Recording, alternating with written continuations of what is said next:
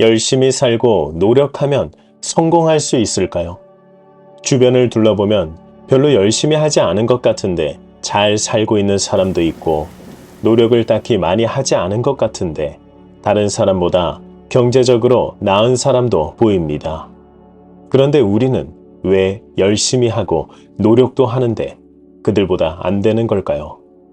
사실 남과 비교하는 순간 우리는 이미 안 좋은 길로 가고 있을지 모르죠.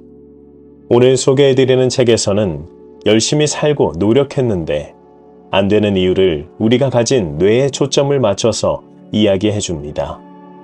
먼저 명확하게 말씀드릴 것은 뇌는 열심히 하고 노력하는 거 안 좋아합니다. 그저 편하고 빠르게 도달할 수 있는 걸 훨씬 선호합니다. 그렇게 해야 생존에 더 에너지를 쏟을 수 있고 칼로리 낭비가 안 되기 때문이죠. 이렇게도 생각해 볼 수 있습니다. 우리가 성공하기 위해 하는 일반적인 생각들을 한번 보죠. 나는 열심히 일해야 한다. 나는 더 배워야 한다. 나는 착하고 겸손하게 살아야 한다. 나는 양보하고 배려해야 한다. 혹시 제가 소개했던 책인 신과 나눈 이야기에서 원한다의 속뜻은 없다는 걸 뜻한다고 했던 것 기억나시나요? 나는 돈을 원해라는 건 나는 돈이 없어서 돈을 원해와 같은 뜻이 됩니다. 그럼 위에 말했던 것도 이렇게 바뀌게 됩니다. 나는 돈이 없으니 열심히 일해야 한다. 나는 아는 것이 없으니 더 배워야 한다. 나는 미움받으면 안 되기에 착하고 겸손하게 살아야 한다. 나는 도움이 필요하기에 양보하고 배려해야 한다. 결국 숨어있는 속뜻이 뇌에 전달되고 뇌는 그걸 받아들여서 그걸 찾고 있습니다. 결핍을 말이죠.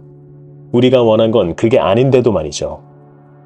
그래서 오늘 소개해드리는 책에선 우리의 뇌가 성공을 위해 흘러가도록 세팅하는 방법을 제시해주고 있습니다. 저는 이 책을 읽으면서 놀라웠던 것은 제가 혼자서 하던 방법을 말해주고 있어 나 혼자가 아니었구나 하는 안도감이 들기도 했기 때문인데요. 저는 오늘 영상을 보시는 모든 분들이 이 방법을 써보셨으면 좋겠습니다. 매우 간단합니다. 이렇게 질문해 볼게요. 만약 부정적인 생각이 들 때 그걸 어떻게 이겨내셨어요? 정확한 답을 알고 계시다면 너무 좋지만 대부분 그렇지 못하실 수 있습니다. 오늘 그 정확한 답을 먼저 드리면서 책 소개를 이어갈게요. 이 답은 우리가 이루고자 하는 미래를 더 빠르게 이루게 하면서 부정적인 생각을 방지하는 매우 좋은 방법이 될 겁니다.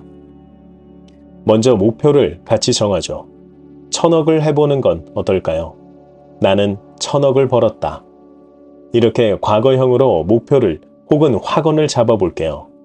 그럼 이제 이 확언을 어떻게 활용할 수 있냐면 내가 어떻게 1000억을 벌어 라는 부정적인 생각이 들 때 1000억은 무슨 100억이라도 됐으면 좋겠다 라는 소극적 생각이 들 때 지금 하고 있는 일이나 열심히 해 딴 생각 말고 라는 포기형 생각이 들 때 이렇게 하는 겁니다.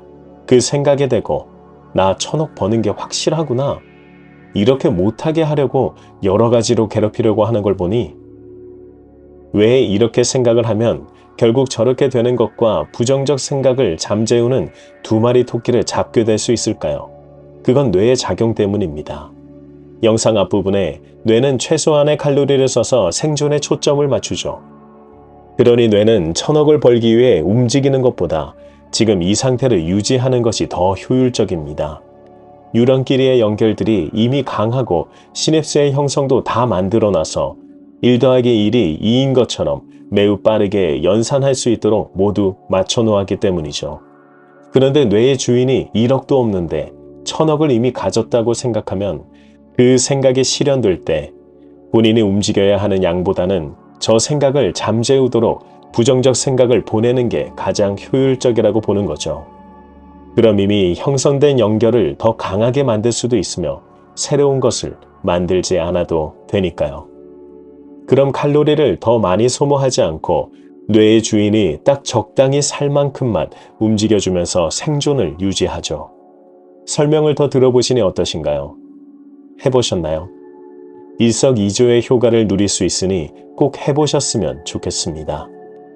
그럼 이어서 책 소개를 할게요.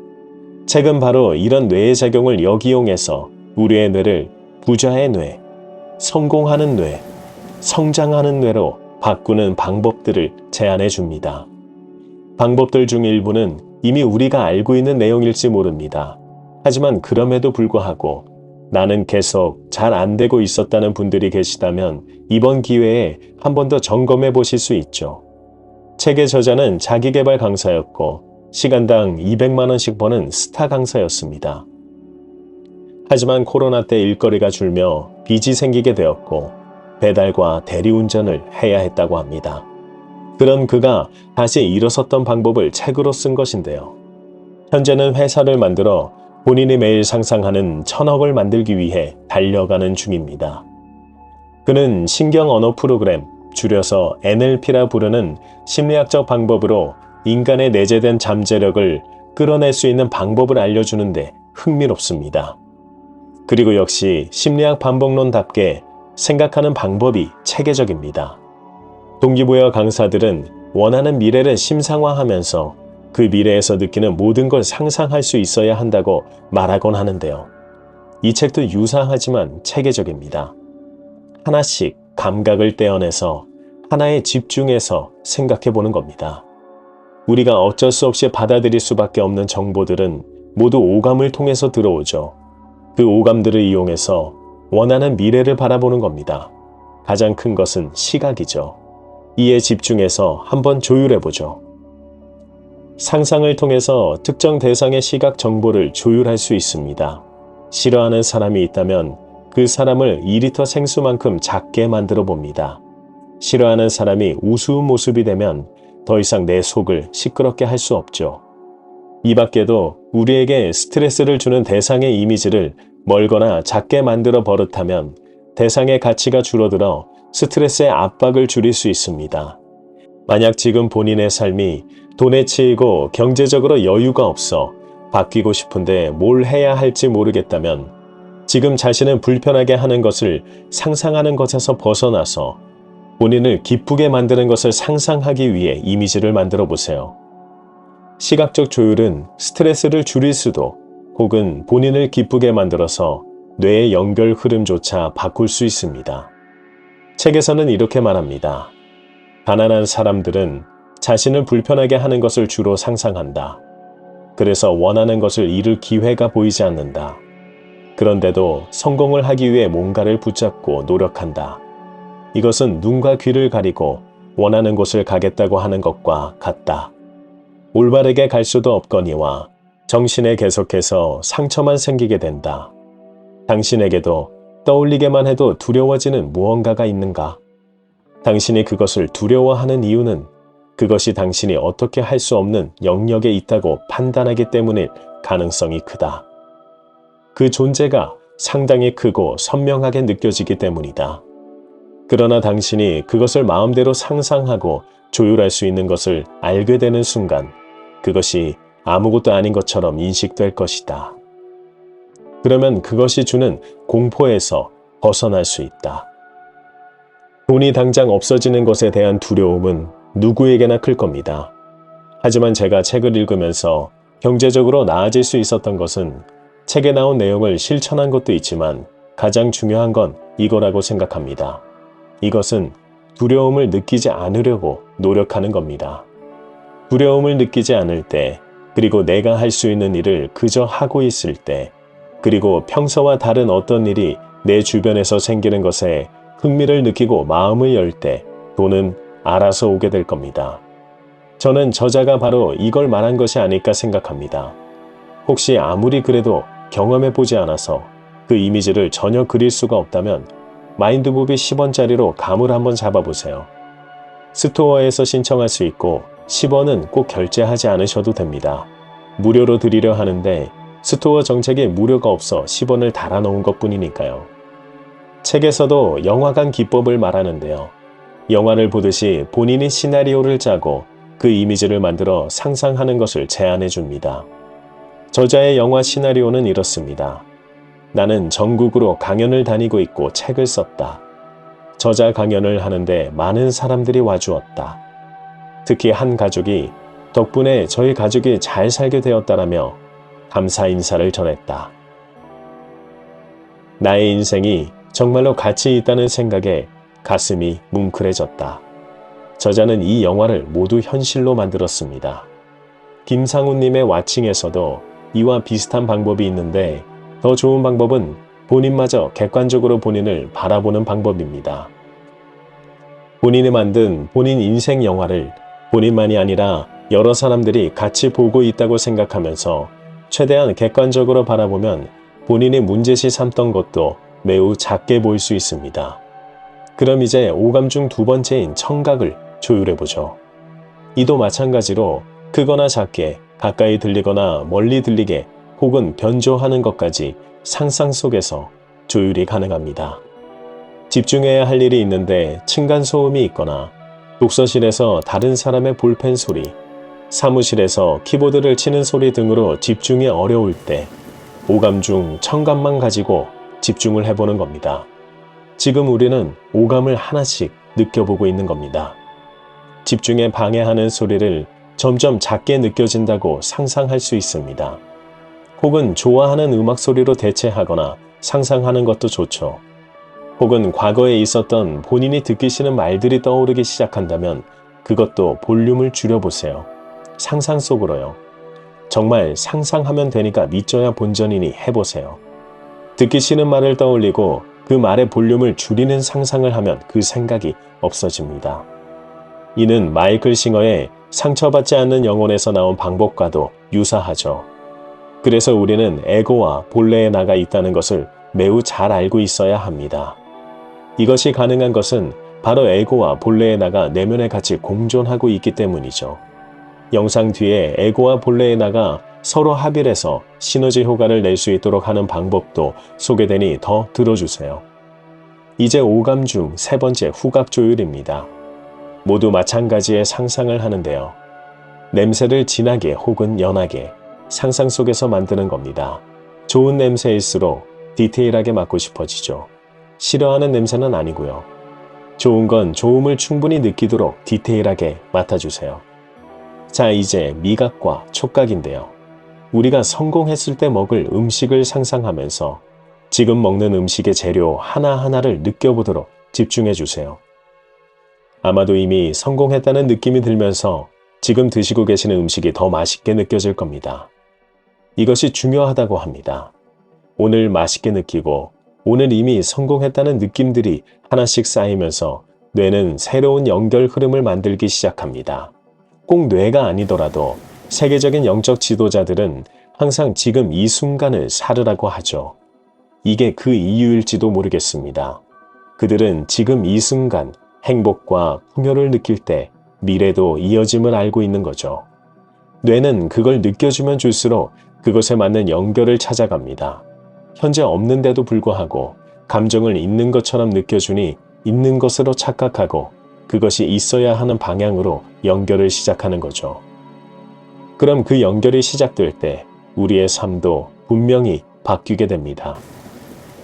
제가 해고당한 뒤 책을 읽으며 그래 이렇게 생각해야지 하면서도 맞닥뜨리는 현실이 그렇지 않을 때 이게 무슨 정신승리 하는 거람 하고 믿지 않을 때조차도 이거 아니면 살 방법이 없으니 그저 했습니다. 믿지 못해도 그저 했습니다. 부정적인 생각이 되고 내가 진짜로 되려는 거구나 하고 상쇄를 시킨 것이 셀 수도 없지만 과장하자면 1000억 번이지 않을까 싶어요. 1년 동안이요. 뇌는 1초에도 몇십 몇백 개를 생각할 수 있으니까요. 끝으로 촉각을 조율할 때는 성공을 한 뒤 미팅 자리나 혹은 본인이 감사를 느끼는 사람에게 악수를 청한다고 상상하며 그 강도와 감정을 느껴보세요. 그렇게 뇌의 연결 흐름을 바꾸는 초석을 마련할 수 있습니다. 책에서는 이를 하루에 1시간 정도 하라고 조언하면서도 이렇게 말합니다. 1시간은 솔직히 부족하다. 1시간을 하라는 것은 24시간 내내 이 생각이 나야 하기 때문에 연습하는 차원이다. 문득문득 떠오를 정도로 습관을 형성시키는 것도 좋죠. 자, 이번에는 오감 말고 성과 중심으로 생각해보는 방법입니다. 성과 중심 사고방식은 머릿속에 떠오르는 질문을 성과와 연결시키는 데서부터 시작하게 되는데요. 나에게 이런 일이 일어났네? 그래서 내가 어떻게 1,000억 원을 벌었지? 와 같은 식으로 머릿속에 어떤 생각이 일든지 그것을 이용해 어떻게 성과를 낼지를 생각해 보는 겁니다. 책에서는 이렇게도 말해줍니다. 항시 당신 주변에서 벌어지는 사건이나 머릿속에 떠오르는 생각이 성과를 내는데 도움이 되는지 안 되는지를 감지하는 센서를 켜둬야 한다. 바로 전 영상에서 소원을 이루는 마력이라는 책 기억나시나요? 거기서 48시간 안에 본인이 원하는 것을 얻을 수 있는지 신호를 달라는 걸 요청하죠. 감지 센서를 켜두는 것이 이와 같습니다. 본인이 바라는 것을 요청했을 때 뇌가 새로운 연결 흐름을 만들기 위해서 조건들을 찾기 시작합니다. 그럼 일단 가장 좋은 정보는 시각이 되겠죠. 보고 싶은 것만 보는 게 맞습니다. 머릿속에 입력된 대로 보게 될 겁니다. 그럼 완전히 우연의 일치로 일어난 것이라 해도 본인이 원하는 것이 이루어질 수 있다는 신호로 받아들일 수 있게 됨을 말하기도 하죠. 그럼 확신이 생기게 되고 뇌는 그것을 받아들입니다. 그럼 뇌는 그것을 기정사실로 받아들이고 그렇게 행동합니다. 그렇게 우리가 스스로에게 내면에게 요청한 것이 이루어지는 좋은 결과가 우리의 인생에서 나오게 되는 거죠. 알리바바 창업자인 마윈은 못생기고 키도 작아서 집 앞의 KFC에서 사람을 뽑을 때 24명 중 23명이 합격하고 본인만 불합격했다고 하죠. 그는 이런 버릇이 있었습니다. 어떤 일이 생기면 스스로에게 다음과 같이 질문합니다. 이것이 사실인가? 이 안에 기회가 있는가? 변화를 위해 내가 할 수 있는 일은? 부정적인 일이 일어나도 그것을 긍정의 신호로 바라보기 위해서 뇌를 적극 활용한 것으로 보이기도 합니다. 마윈처럼은 아니어도 우리가 일상생활에서 받아들일 수 있는 모든 것은 긍정적으로 받을 수 있습니다. 만약 힘들게 하는 어떤 일도 우리를 성장시키기 위함입니다. 혹은 세상이 나에게 그건 좀 고치라고 계속해서 보내는 신호일지도 모릅니다. 만약 다른 사람과의 관계에서도 또 다른 사람과 똑같은 일로 싸운 일이 있다면 말이죠. 그땐 이것은 내가 성장하고 이 상황을 이겨내라는 신호다라고 생각해 볼 수 있습니다. 신과 나눈 이야기에서는 외부의 사건은 바꿀 수 없으나 내면의 체험은 본인이 바꿀 수 있다고 하죠. 영성과 관련된 책들도 모두 이 점을 말합니다. 외부의 사건이 본인에게 영향을 주는 것에 대해 외부를 바꾸려 하기보다 내면을 바꾸는 것을 강조하죠. 계속해서 NLP 방법을 이어갈게요. 생각이 들끓는 곳에서 생각으로 빈 공간을 만들 수도 있지만 어떤 물리적 행동을 통해서도 빈 공간을 만들 수도 있습니다. 생각으로 빈 공간을 만드는 것은 그 생각에 대고 바라보는 걸 생각하는 것으로 하고 물리적 행동은 손가락을 튕기는 단순한 행동으로 생각을 잠시 멈추는 겁니다.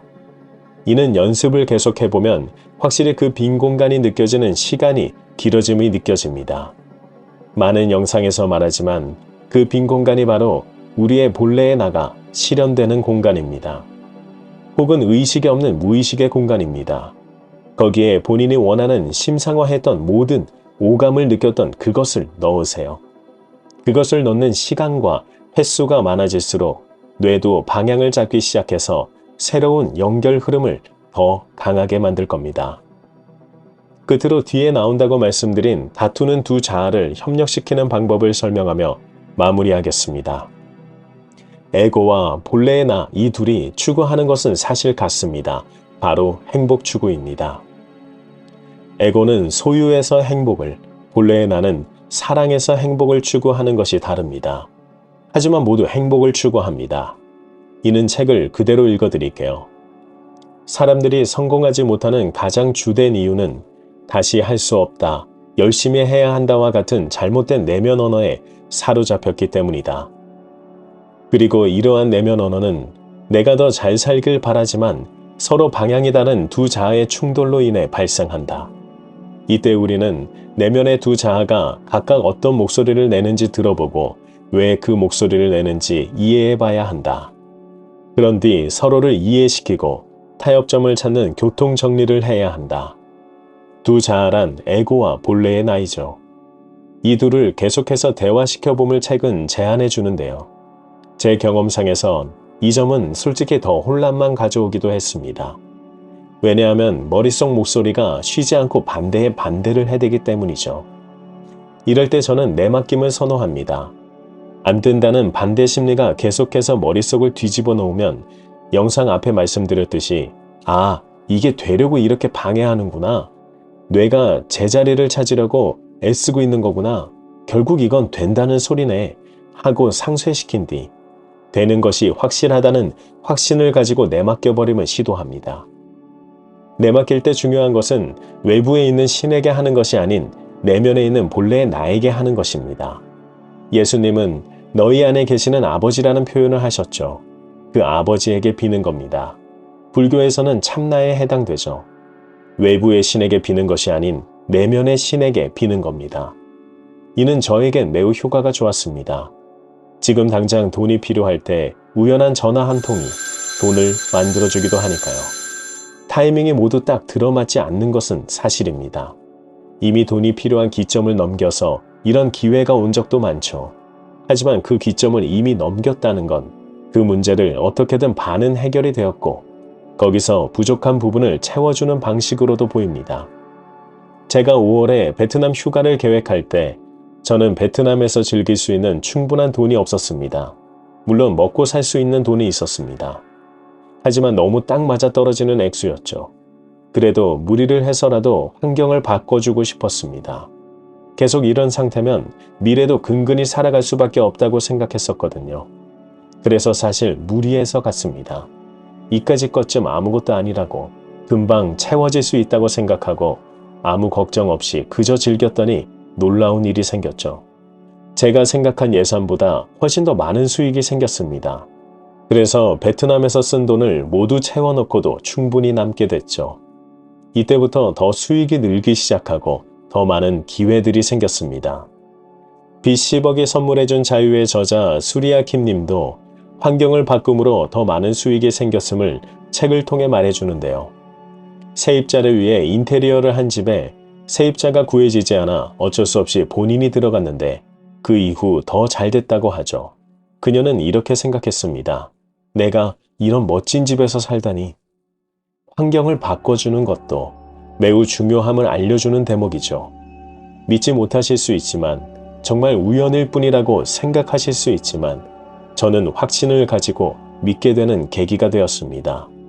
또 바로 전 영상에서처럼 1,000만 원이 필요하다고 48시간 안에 신호를 보내달라 했을 때 그 신호를 저는 보았고 요청한 돈보다 더 많은 돈이 저에게 생기는 기회가 생기기도 했습니다. 저는 이 영상을 보시는 모든 분들이 이런 경험을 하실 수 있을 거라 생각합니다. 모든 자기계발서들이 말합니다. 우리는 무한한 존재라고요. 따라서 우리는 할 수 있습니다. 부자가 되는 것은 우리의 당연한 권리입니다. 책의 저자는 심리치료를 하는 사람인데 에고와 본래의 나로 시너지 효과를 만드는 것으로 이런 사례를 알려줍니다. 대못을 두려워하는 사람이 있었는데요. 불안할 때면 이 이미지가 떠오른다고 합니다. 반대로 행복하게 산다면 떠오르는 건 황금 조각상이었습니다. 저자는 그에게 그 둘을 동시에 떠올려서 합쳐보라고 합니다. 그런데 그의 표정이 어두워지더니 황금 조각상이 부서졌다고 합니다. 대못이 황금 조각상을 부신 거죠. 여기서 저자는 이 부분이 자아를 통합시키기 위한 필수 과정이라고 하는데요. 저자는 그에게 부서진 황금 조각상의 가치가 떨어졌는지 묻습니다.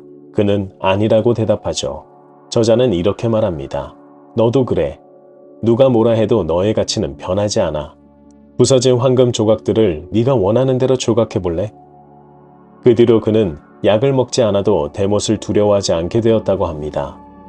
대못은 사실 성공하고 싶다고 아우성치는 또 하나의 자아이고 황금 조각상은 부서지면 다시 만들면 된다는 타협점을 인지시켜서 자아를 통합시켰다는 사례를 말해줍니다.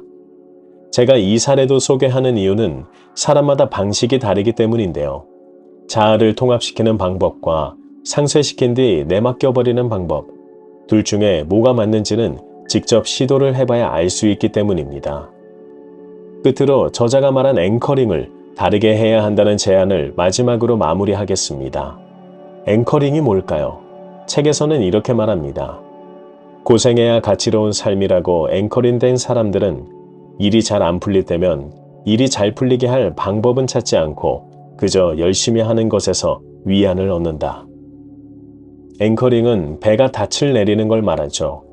우리의 무의식이 성공을 막는 앵커링에 걸려 있어 닻이 내려진 배가 엔진을 풀가동해도 움직이지 못하듯이 우리 또한 성공을 막는 앵커링에 걸려 있으면 아무리 노력해도 열심히 해도 안 되는 이유라고 비유적으로 말해줍니다. 그럼 이 앵커링을 성공을 위한 앵커링으로 바꾸면 되겠죠. 그것은 영상 앞에 말씀드린 오감을 이용하는 방법으로 할 수 있습니다. 혹은 본인의 영화를 만드는 것도 방법이 될 수 있죠. 오늘 소개해드린 책은 부의 역설입니다. 힘들게 살수록 성공은 멀어지는 것을 뇌의 작용으로 잘 풀어낸 책인데요. 저는 읽으면서 저와 방법이 유사한 것이 많아서 재미있게 읽었고 바로 전 영상에서 소개한 책처럼 저에게 또한 확신을 더 가져다주는 책이었습니다. 저자는 강범구 님이며 국일미디어에서 2024년 7월 25일 초판이 인쇄되었습니다. 본인의 경험담을 통해 얻은 실질적인 생각의 방법들로 재미있게 잘 쓰여진 책이라 읽어보시면 매우 유용할 것으로 생각하니 한번 읽어보시는 것도 좋을 것 같습니다. 이번 영상은 전 영상에서 말씀드렸던 저에게 신호로 다가왔던 것 중 광고가 들어온 책입니다. 비록 광고로 인해 읽게 되었지만 이런 책을 알게 되어 그 우연에 또 감사를 보냅니다. 다음 편은 레스터 레븐슨의 깨달음 그리고 지혜입니다. 레스터 레븐슨이 직접 쓴 책으로 이전에 소개한 세도나 마음혁명과는 유사하면서도 조금 다릅니다. 세도나 마음혁명은 제자가 썼고 깨달음 그리고 지혜는 레스터 레븐슨이 직접 썼기 때문이죠. 물론 번역본이라 그의 문체를 간접적으로 느낄 수 있었고 그의 생각은 직접적으로 느낄 수 있었던 책이었습니다. 그가 어떻게 병을 이겨내고 완전한 깨달음을 얻었는지에 대해 잘 나와 있어서 읽으면서 매우 재미있었습니다. 다음 편도 재미있게 읽고 재미있게 소개할게요. 많이 기대해 주세요.